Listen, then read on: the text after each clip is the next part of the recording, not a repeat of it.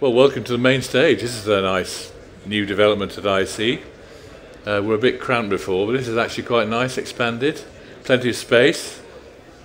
By the way, anybody with a mobile phone out is the first person to be forced to ask a question, by the way, later on, so beware, I'll be on you. Right, well, thank you all for coming. There's a number of sessions that AV Magazine's been doing. I think my colleague Zoe Mutter, who's now the editor, has been doing the early ones, and we've got a couple of on AV over IP, later on the skills recruitment thing, and we're doing one now on visitor attractions, which has been an incredibly popular subject, as you would think, because what we can learn from it, stacked full of AV, but we very rarely have access to all the big entertainment parks, and Warner and all the other big providers keep us out, unfortunately, so we can't really get instant access to them.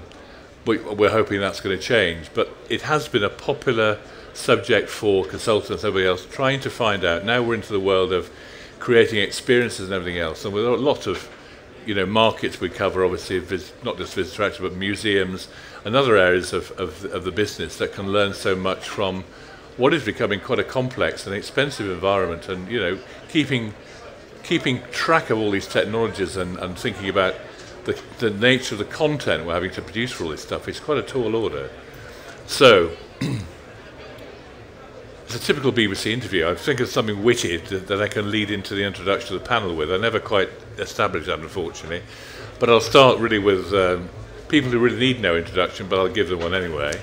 To my left is David Willrich, owner of DJW, and he's a past president of the Themed Entertainment Association. How past is it? It's a couple of years now, is it? A year past. A year past, so Phil's fairly relevant. Well, he's always relevant, but I should probably find out, I do tend to say the wrong thing rather often, so I should probably get myself in even deeper water as time goes on. To his left is Graham Wickman, who's a well-known expert in this sort of area. We rely upon and consult quite often from 767 AV Consultants.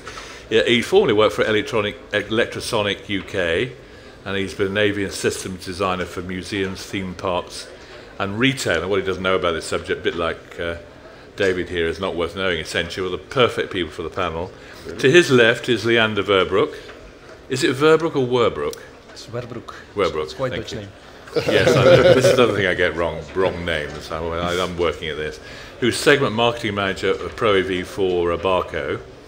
And to his left is Peter Cliff, creative director of Holovis, who is an experienced designer. It's does amazing stuff, actually. So we've got a real cross-section of all areas of the industry here, who are a valuable combination of people that don't often get an outing until we force them into a chair and put a spotlight on them, and then we let them loose on the unbelieving public. But here we go. Now then, clearly, AV is creative engineering, so we should be ecstatically great at this sort of thing. But we're still learning hugely. And we thought we'd try and split up really what we're discussing here into content creation, effective storytelling, technology evaluation, and integration, if that's the way to do it. They'll be telling me it's not if I'm not right. Really. So, customer needs and trends. I mean, how the hell do you keep up with trying to take track of what a customer is turned on or not by when you're creating an attraction? I mean, it's a very basic concept. It's long before we get to the technology, I suppose. It's understanding what your customers and the visitors want. Yeah, I mean, I think it's about the story that they want to tell. And what we do as designers of systems that attach to that story. And when you get a client that turns around and says, well, I want a whiz and a bang, and I want this and I want that, I know that David's the same opinion. We would go back and say, why? You want a whiz and a bang. Yeah, why do you want that? You've got something else there that you want to get across. And it could be that actually what they want is a graphics panel that says this way. They need a screen that says this. That's a fundamental way we start with these things. So, But the focus, I'm told by everybody who knows what they're doing, is the focus is on the user experience, and that unique, which is becoming more personal as time goes on. But actually assessing what creates that experience actually makes the whole thing quite involved when you actually start to think about it. I mean, as Graham said, you've got to start with the story, and when you and if you actually think about it, you can literally put people into a room, turn the lights off, have it absolute dark, and have a live actor or a storyteller in that room, and then your imagination takes over, and they can be some of the most chilling experiences. And then you build up from there. So how much AV does it need? What is the driving factor of a given experience or story? And then you bring the AV and the other technology in as the story demands it. And obviously, if there's a historic story, then maybe you're showing archive footage. So then, yes, you need projection. But it has to build, and it tends to build up in layers. I mean, we were part of a generation that had what's called an imagination. We didn't need technology. Well, exactly. You put AGP Taylor. That's back to the You put AGP Taylor in front of a television camera, he transfixed you for half an hour with absolutely no age whatsoever. Yeah. We had this conversation, Peter, yesterday, didn't we? When we were lumbered outside Hall 12, looking intelligent and trying to think about what the processes were of building up just what a client needs and what the requirements are, and it's just assessing what that process needs to be and then developing it. I think it's very interesting because there's kind of two ways to go about it. There's understanding what guests or customers are wanting, but also understanding what they don't know what they want. It's creating experiences that surprise them and delight them. So sometimes we have to come at it from two different tracks. And I think, as we say, story is the key. But how we piece those things together, it's a real experimental process, and it's about working with professionals from all types and all walks of life. We do a lot of work in the attractions industry, and it's all about combining not just with AV, but also with animatronics, with scenery, with moving people, moving parts, engineering. So it's about how those things all combine together to create something that's very unique and something that you can't get at home. Yeah, that's an important thing as well. Very, very, very important. We're also used to seeing high quality images, whether we like the content or not, on our TV or in our living rooms, and having a good quality sound system in a lot of cases around that too. So it's really important that you're delivering way above that in an attraction. Otherwise, what's the point of going out? And that really is important. Yeah. And I think that's also where, if you then in the end see that indeed AV is a component that you need, I think it's also the technology then that determines the scale of it, for instance, right? You can then think beyond regular, I would say, television screen formats or regular formats that you are used to, and that really then determines, aided by the technology in the end, the size of it all and the scale and how far you reach your story and you can bring it out actually. And the size of the audience impacts on that as well, because of the fact that you're trying to get the throughput of the people to make sure that you're more to more people, which is very different to a family sort of environment. So, and that becomes a thing. And the sort of a bugbears I have a little bit with VR headsets is because how do you deal with people and trying to get the throughput of well, that's the thing, is that when we're doing all our radio stuff, you weren't transmitting out to people in radio land. He was an individual is on their own in that little garret who had no one else to talk to, and you were the essential communication of that one person. I think of a visitor to a museum or being the individual who's quite specific in what they do or don't like, and it's understanding where that perception starts and how you then start to guide it into whatever journey you want them to go through, which is to me incredibly complex. I think that's one of the things that we struggle with. So prior to being with Holovis, I was with Merlin Entertainments for 12 years as their creative director for live shows, and we spent a lot of time really trying to drill down on what the guest is feeling and what their cognitive load is of the experience. So it's not just about the tech, but it's also how is the content different from something you would watch on a TV screen. You've got to remember, when people come to theme parks, they're already expecting a wow. So you have to go one step further. They're already expecting a themed environment. So if you were to do something that was pop up in a shopping centre where people weren't expecting anything to happen, you can kind of start at that level. But when you get to a theme park, they are paying to be entertained. So you have to go doubly as far. So understanding the guest journey from the moment they buy their ticket to entering the park, to they've been in 3 queues, they've spent 45 minutes waiting for that ride. What do we need to do now? So I think you understanding with radio, this person, it's one person, it's their individual experience. It's the same thing in parks. And I think VR is an interesting conversation point around that, because it is quite isolating in some respects. Yeah. That can be an advantage if you're aware of it and you want to be isolating people and you want to have a very unique individual experience. Then great. But theme parks and visitor attractions are a lot about shared experiences. It's as much fun to ride a ride and see how your mum or your partner or your kids are enjoying it as it is to experience it for yourself. So I think it's incredibly important to consider that through the design process. Yeah. I mean, I think the point I was really making about the VR thing is finding the audience. So what's best suited for that? So we're within a theme park type attraction where you're talking about throughput and people and making sure that everyone gets as much out of it and they're not standing in queues for 3-4 hours. It is only 45 minutes, but within the right museum environment where you want to add to something, then the VR has a role. Absolutely. And it's horses for courses. It's always about what we're trying to do, trying to find the right solution to the problem that our clients effectively present to us. We want to do this, we want to tell that story, and then you look at the different avenues as to how we can actually do that and enhance that. That's the thought processes behind it. And I think we all do the same thing, different areas, but it's and related areas. We're having to compete with a table football game, by the way.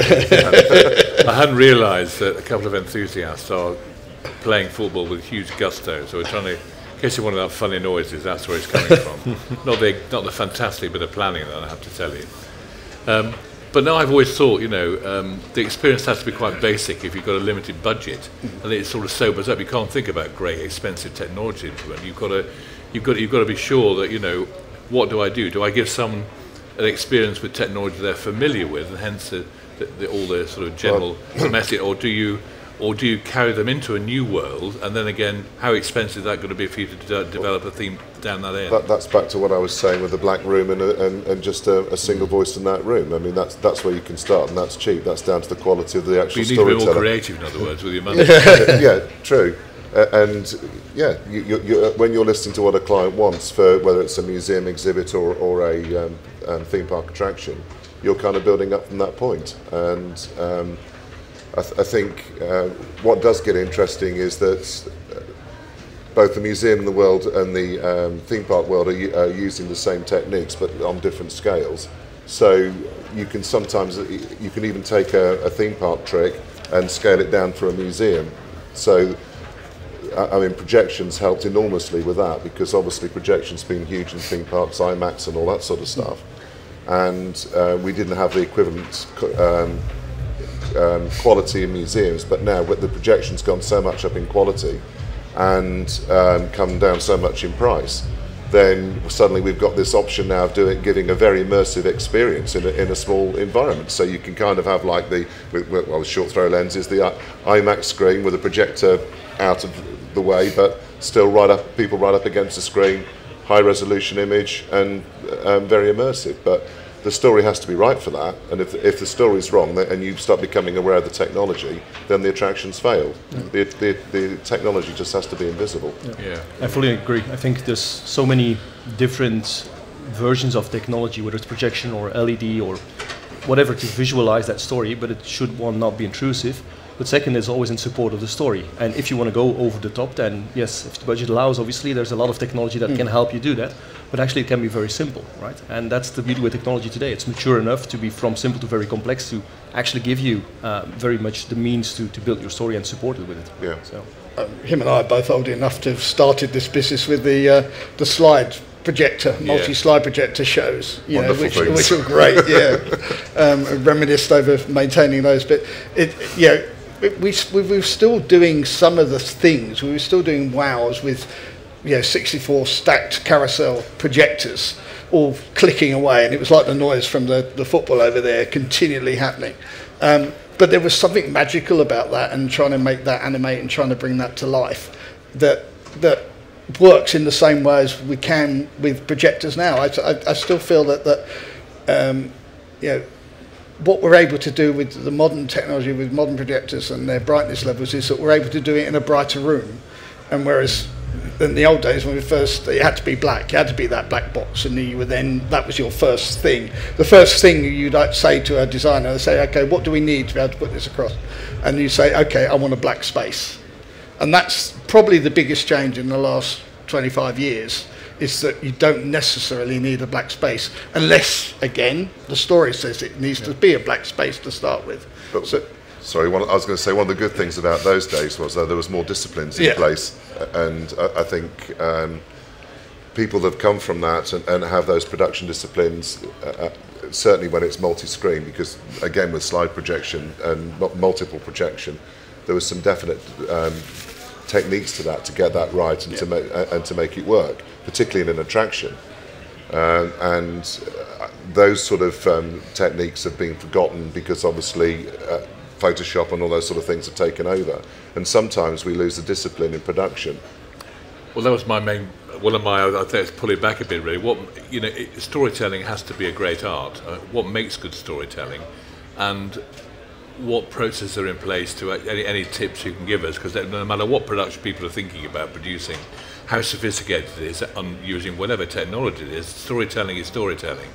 But is that an art we're teaching? Is that an art that's being passed down, and are there good techniques and good principles to it?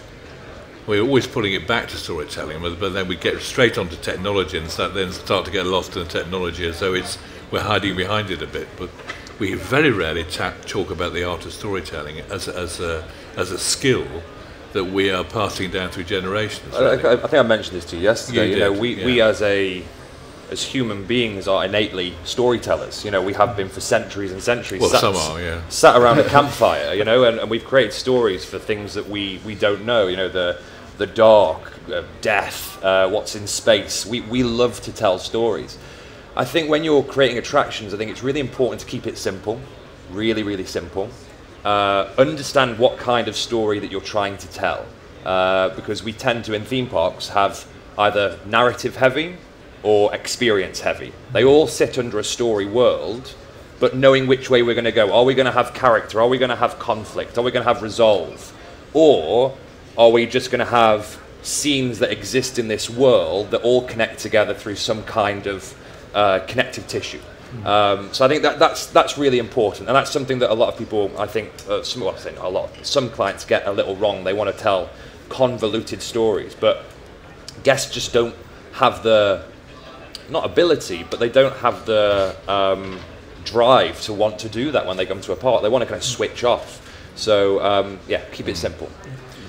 It's very easy to overcomplicate, isn't it? Yeah. I was going to add to that. I think it's important that the guests can identify with it, but not over-identify, right? Not be continuously punched in the face with yet another version or yet another part of that story, very exuberantly told, right? I think the whole journey from walking into a theme park, eventually enjoying some dark rides, if there's a certain identity that they can relate to the theme park or related to the intellectual property or whatever it may be, that's well balanced itself, then that's what they also relate to in the end, right? That's where the emotional connection comes from, and that's what makes them feel good with it, basically, and come back for it as well and share it in the end. Sure. So I think that continuity is also very important. It's not all over the place in different aspects in the end. I think sorry. No, Peter, please come. I was just going to say, I think you made a very good point there, that actually using the cue and using the area to tell that story as well is very useful. So if you've got an immersive attraction, where you want people to get the character, especially if it's not an IP that people know, you can both combat queue line boredom with storytelling and interactivity and immersion, which helps you tell that story as well. So I think that's a good the power of pre-shows. Yeah. And we were always told that there is 3 levels of information, which is the overview, which is your theming for the area that you're walking into.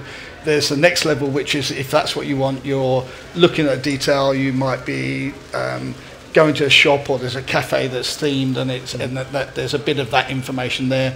And then there's the detail, which is the ride, and that applies in museums, in the information you're given at exhibits. So you're walking around a museum space, and there'd be the headline. It's doing it in here. There's the big sign saying the main stage. Then underneath that is the map of the area and where it is. And then when you actually get outside, there's a list of exactly who's speaking and who's doing what. That process happens in museums, happens in theme parks, and can be applied right across, and it's that fundamental. It's the same way, that happens in all storytelling and in informing people. Where do we get good storytellers from? Are they from theatre, from agencies? I mean, we used to have quite a big throughput of people from the theatre area, didn't we? I just get the impression that's dwindling. So you're from theatre, got a theatre background, haven't you, Peter? It's just the traditional trades seem to be not providing the sort of people we used to have that fed through to basically recreating theatre in different environments, which is what it's about, isn't it? Well, our generation, I think everybody comes into certainly the world of themed entertainment from all directions, and it's amazing what directions people have come into the industry from. I mean, of course, now you've got university courses and just about anything you can think of. And you can get students that can graduate in some form of storytelling as they could in design or any aspect of technology. But a lot of them do it because they think that's what they want to do, but they don't necessarily have the full passion for it. Some of them do have the passion, but you've got to have the passion and drive for it as an individual to come into this industry, to want to do it and to be able to get it right. There seem to be differences in the technologies they use to storytell. Some people are quite comfortable actually using their favourite technology to storytell within. I think that's probably the big difference, isn't it? We used to have a blank canvas at one time. Now people have many more types of canvas to use to be able to communicate with, and that's the generational difference and the educational difference. I think the technology has given a new generation of people coming in, Generation X or whoever it may be, that's brought us through. So new frontiers are being broken really all the time. I think also technology has evolved in making new generations being much more faster in adopting and expecting things to change quicker actually. And it's a good thing on one hand side because it allows you to continue your story in an agile way, repeat and add layers on it basically. But also technology has become much more flexible to deal with that basically, right? I mean, if you look at take the example of a black box where you would sit in and just have a narrative. If you imagine that black box, being filled with projection mappings, and actually you can adjust content every other day, so to speak. Well, it would be costly to do it still, but you can actually think about doing that every other day and telling another story with it and just reusing that space. So in that sense, there's also a dimension of flexibility that technology brings, I guess. But again, it starts with the story, right? If there's no story, then there's no use in doing it. Yeah, we do get a lot of clients that ask for flexibility. And then you go back 6 months later, and they haven't changed it. You go back a year later, they haven't changed it. And you sort of have this argument and say, well, you really want flexibility? Or you want the ability to be able to, but they very rarely have the discipline to actually do that. But then it comes back to the discipline indeed of thinking about the story and renewing that. It's not so much again about the infrastructure on itself, right? Yeah. I think when it comes to storytellers, I think there is an abundance of storytellers out there, but they're just working in different sectors. They're working in TV, film, theatre, events. It's actually the context of themed entertainment and museum and cultural that is the difficult thing for us to find. And I would say that the convention is actually the same. You're still telling a story, but I like to think of it like the karaoke videos where you've got the little bouncing dot that's going along the words. For TV and theatre, that's just the show running or the film running. But in our world, that little dot is the guest, and they are choosing the speed at which they move through it and the way in which they engage. And you have to give as many different options and windows for the guest to kind of get sucked into that story. So same thing, just slightly different context. So that I would always say, if there's anyone who wants or even has an inkling to want to get into the industry, is just knock on the door of any of these people who are on this stage now or any theme park company and say, hey, listen, I'd love to come and spend a week or two with you and see what it's all about, or go and work with one of the operators, because we need more people in this industry, both from storytelling but also AV and every aspect. Every aspect for sure. Yeah.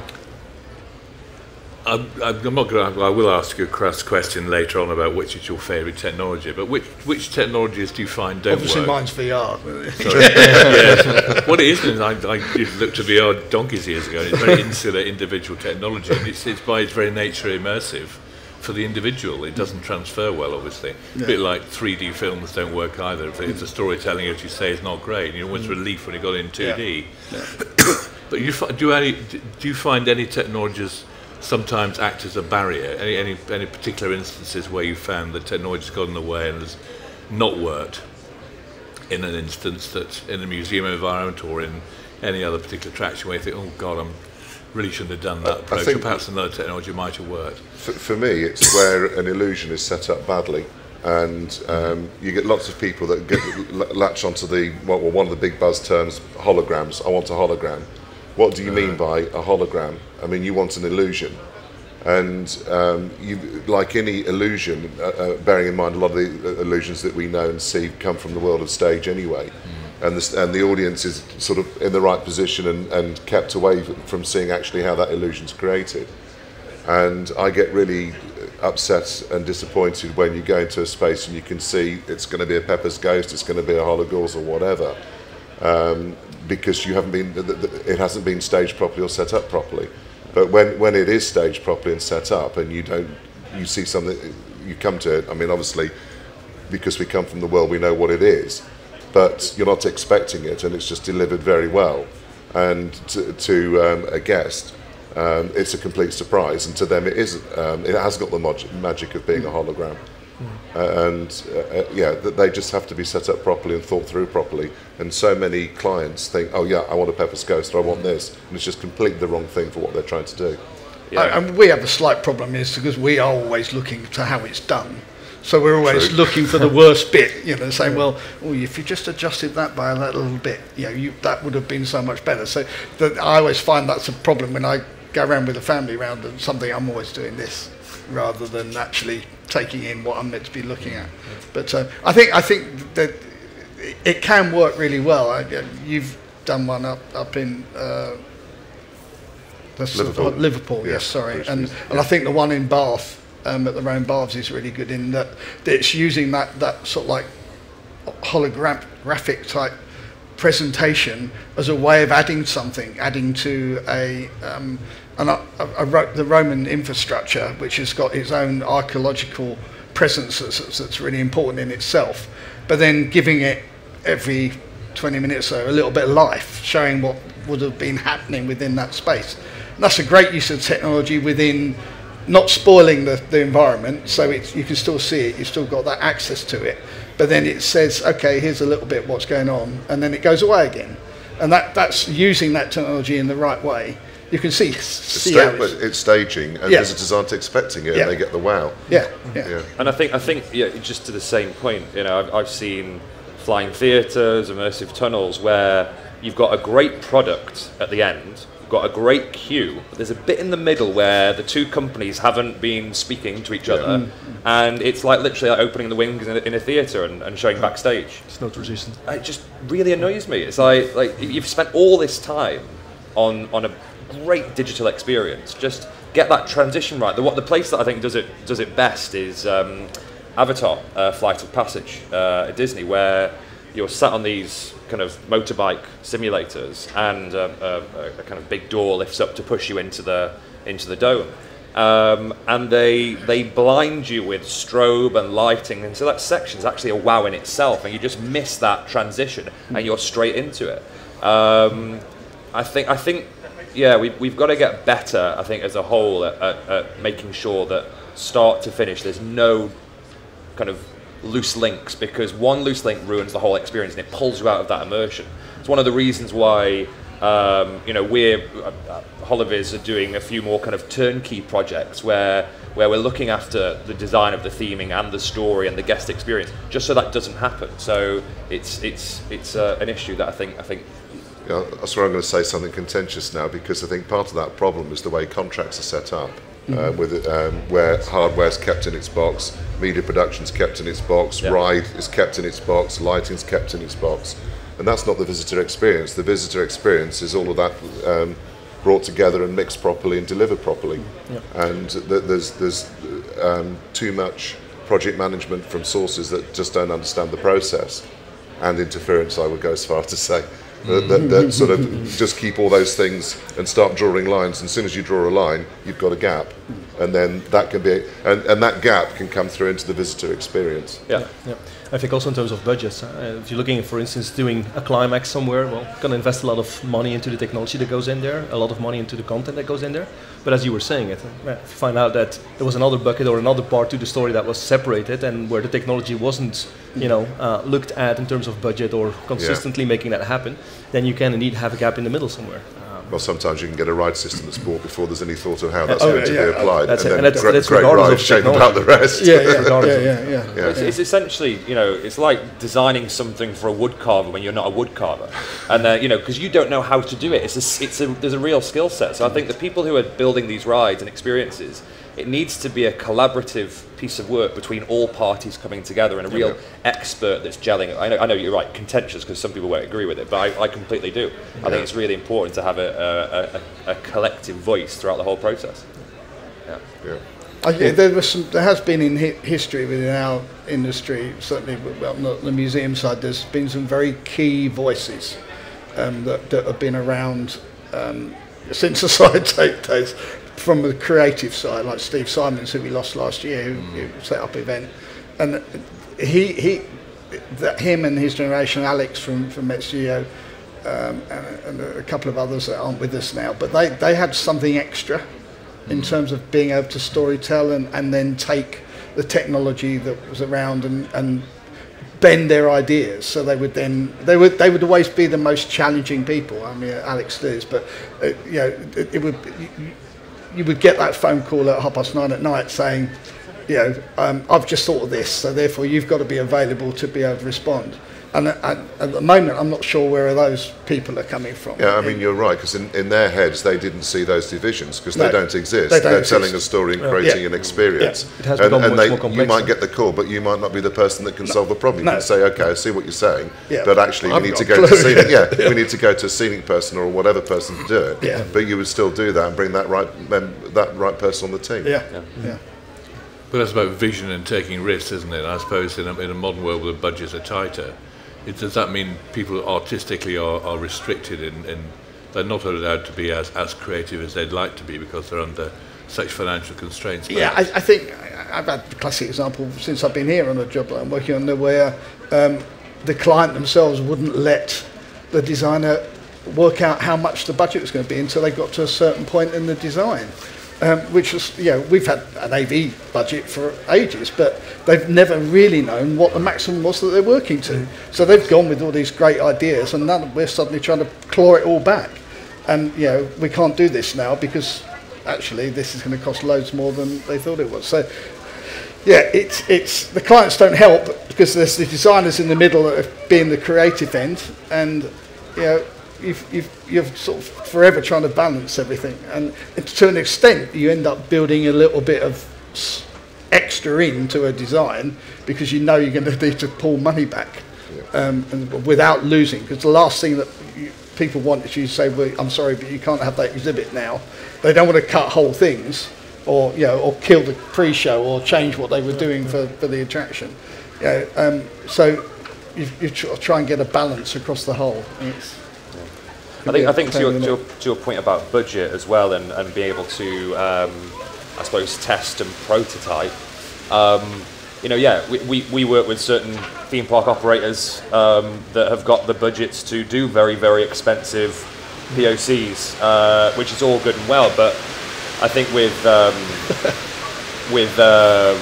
some of the smaller companies, I think it's still worth investing the time just to paper things out, to set up small working models. It doesn't cost a lot of money, and you can still have that time to trial it, because again we're interacting with humans, and you can't predict exactly how that's going to happen every single time. So if you do get the chance, spend the time setting things up and playing.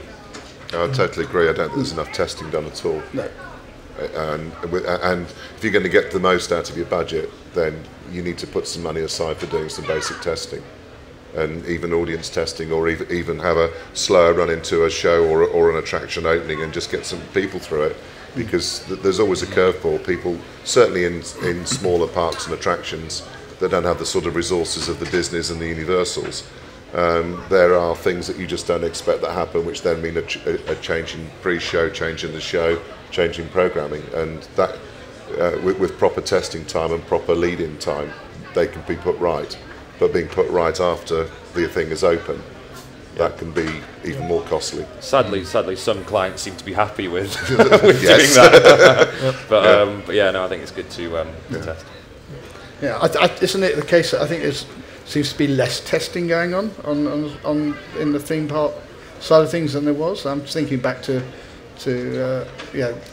Spider-Man and things when that was built, and the year and a half of running that in a warehouse in Florida, compared to perhaps now there's a lot more corners being cut. But I think today also this especially if you look at more the construction world and the architecture world, there's a lot about modeling, right, and sort of having a virtual representation before you actually go into it.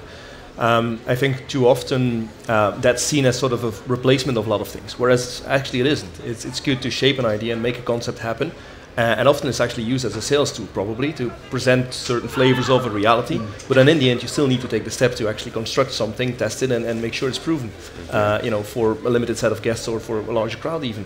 And I think that essential step in prototyping is sometimes too often looked at as, we can digitize that, right? We can do it in a virtual way and then immediately go into reality, which doesn't work. Expo's a classic case at the moment where working on one of the pavilions, and the fact that there's a virtual view of some of the experiences that they're putting into there, and then when they actually made full-size elements of this, they suddenly realize, we can't do this, we can't do that. That's the wrong material. This is that's distorted. The physical aspects. The physical aspects suddenly completely change what they're doing because it just doesn't work. That's one of the problems with VR previewing, because your field of vision is always that you can look to there, but you're still looking like that. You're not sort of seeing something as holistically with your peripheral vision, and a proper mock-up reveals that. Yeah.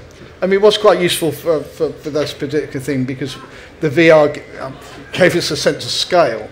So there was an element you could actually see that this very large space, it really was the only way to see it as a tool for visualizing, and then you could then concentrate on the little bits as to what they look like and the detail of them in the testing process. You didn't then have to build the whole thing, so it did give you that sense of scale, and they could see the direction they needed to go with the content because of looking at it from a larger element to it. So it works from that perspective, but it's like anything else, it's a tool. Are there any technologies we should be keeping an eye on that seem to be effective in this market? You poo-pooed VR. Augmented reality is coming in, but it's being used a bit more than it used to be. Clever projection, perhaps. VR is coming in. And screen technology. It's being used as added layers on roller coasters, as I'm sure you're aware. There's a very good attraction that's opened in London, the War of the Worlds, which is a great mix of live actors, scenes, stories in a dark room, and VR. I still think the VR's got a way to go, but as an overall experience, it actually works. And they're managing the changeover of VR sets. So yes, it's here, and it's still very much in its infancy, but it's coming in a different way, and it's opening up a different method of storytelling. And I think that War of the Worlds experience is a good illustration of that. Completely different way of storytelling.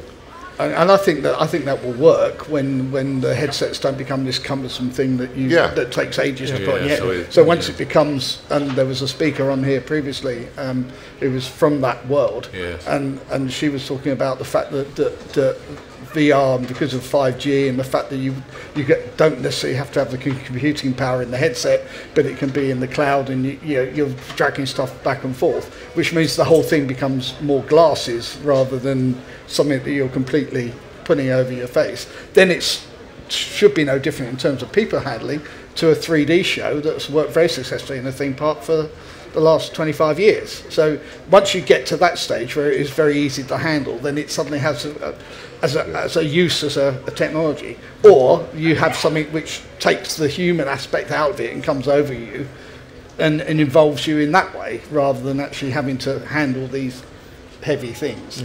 which in themselves can be unreliable. And I was going to say, it's the way that the content gets delivered in the end, right? With more real-time content feeds and with processing power basically being there to support that, and also allowing another layer of interactivity. If I interact, I see the way I want the content to be, basically, and there's different layers to that as well.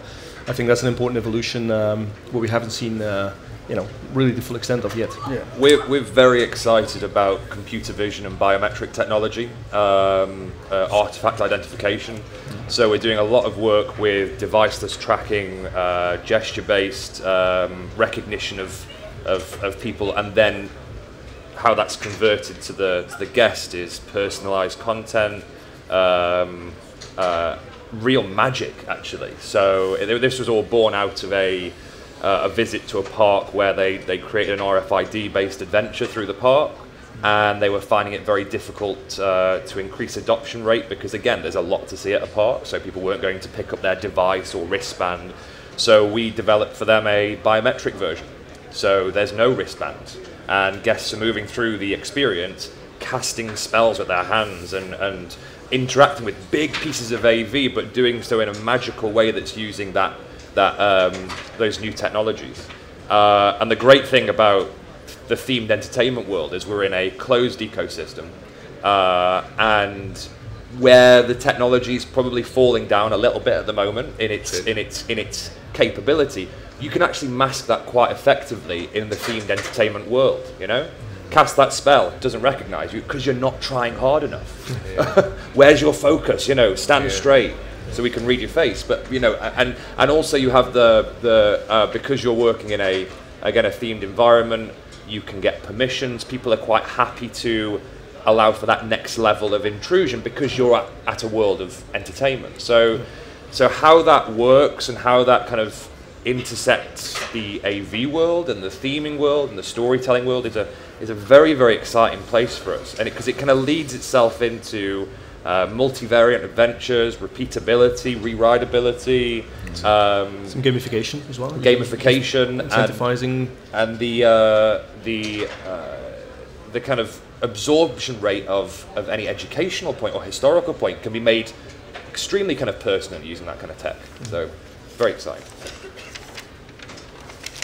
I mean, yes, it's always a dichotomy, perhaps that's the wrong word to use. I mean, between what's wearable and what people expect to interact with on their phone, and what they expect from the environment they're walking into, and how seamless that transition is. I always find that potentially the way technology is developed is a trade-off between what's available between those two areas at the time. Yeah. Whether we, in a pure world, we would just expect the environment itself to provide everything we need, or whether we automatically expect, now we're so glued to our phones and other devices we use every day, whether we expect our own devices to interact with something around us because we're more familiar with them, we expect that sort of response from them, or whether it's just wearing something that's totally wearable and it's through your personal body experience and not the environment you're walking into, which may contain intelligence but you're unaware of it. Well, we've had experience exactly with that. So we created a park-wide game for a chain of theme parks in the US called the Battle for Cedar Point, the Battle for King's Dominion. We gamified the whole park. You pledged your allegiance to your favourite coaster. We had AR treasure hunts. You battled against each other. It was a huge experience. And whilst it was great for the people who played it, we found that actually it was difficult to get people to download anything other than Facebook or Snapchat, TikTok on the phone, because they want to be either on social media channels, or actually they actually really enjoy being absorbed into the space. So I think maybe in cultural it's slightly different because you can relate it to the content better, but in theme parks we actually find that mobile phone platform is not as effective as you might think. There are tricks you can use in order to make it slightly more passive, so it could be in your pocket. We're using geofences or Bluetooth beacons, proximity beacons for certain effects, cause and effect, use it as a map. But yeah, phone is a very interesting area in that world. I think wearable and deviceless is a more, for me at least, is a more exciting world because it's slightly more immersive and magical. Well, it's back outside of your normal world, and it's adding something. Yeah. Well, it's clever use of total immersivity, I suppose, to taking it to its degree, and actually having a high degree of interactivity should we desire to use it or be asked to use it. So you don't think about what you're in all the time. It almost becomes a functional environment you intuitively use and are familiar with, even though you don't realise it, which is obviously probably ultimate. And I don't know how sophisticated Dubai is getting, but I mean, are there any new techniques coming out? This is the Dubai 2020 program, which is supposed to be leading edge tech that is going to be a big convention, isn't it? That's the whole thing about Anything exciting? Expo is scale, and I think that's the thing. So I mean, you look at it. Obviously, there's some things you do know that are happening you can't say about, but what's out there in the public domain is a scale thing. That's expos are about being. Expos run every couple of years, isn't it? Yeah. But there tends to be a big one every 4 years. Yes. And the Dubai one is one of these big ones. Yeah. And so therefore, everyone's really going for it in terms of what they're doing. And I think there's going to be some quite spectacular things, more orientated towards theme park, but they are still tried and tested techniques. There's not really anything that I've heard of yet which is sort of cutting edge. But wow, you're going to be amazed by how big it all is. Sheer scale. Yeah, sheer scale. So, okay. Well, we've got about 5 minutes or so to go. Any questions from the floor? Anything? Yes, can you just say who you are and what you'd like to ask? You're a bit in the dark there, so I can hardly see you. But are we supposed to throw a microphone at you or something? Or so everybody can hear you? Thank you.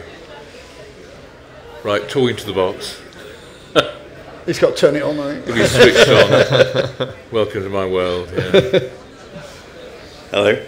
Yep. Chris Adam Flawn Thomas of ECT in the UK. I always feel that visual is the emphasis of any attraction. What about the other 5 senses? I sometimes go to attractions and feel that they're not used, whether it's smell, feel, or that side of it. Why do you always concentrate on visual? Is that because, I mean, so often we know we're being deceived as far as visual is concerned, particularly because of, let's say, Photoshop, but we're not so deceived when we hear something or smell something. Is that an area that is emphasised or will be in the future? Smell is always really difficult to control. I'll give you a classic example. We're doing this before they built the visitor centre at Stonehenge. English Heritage were having an exhibition about how they were going to build it, and because they wanted to get a sense of the fact that Stonehenge is in the countryside, they said, "Can we have a smells machine doing grass?" So we set up the kit, put in the smells machine. The client came in and said, "Oh, that's amazing. You know, the smell of the grass is exactly what we wanted." We haven't turned it on yet. That's the guy mowing the grass around Stonehenge that's making that smell. So my point is that it's one of those things that you have very difficult control over. There's a thing working on at the moment where they have got multiple smell machines that they want to put around. It's a beer, so it has obvious things which it works for. But how you then get that out of the infrastructure and ready for the next group without having already given the game away, I always find is extremely difficult. With smell the extraction is the problem. Yeah. I think a crucial component is audio. Obviously, the auditive aspect, that's a crucial component. I think that is taken into account in many good ways. But I think the visual aspect is also because we retain information as a human, quite quickly visually.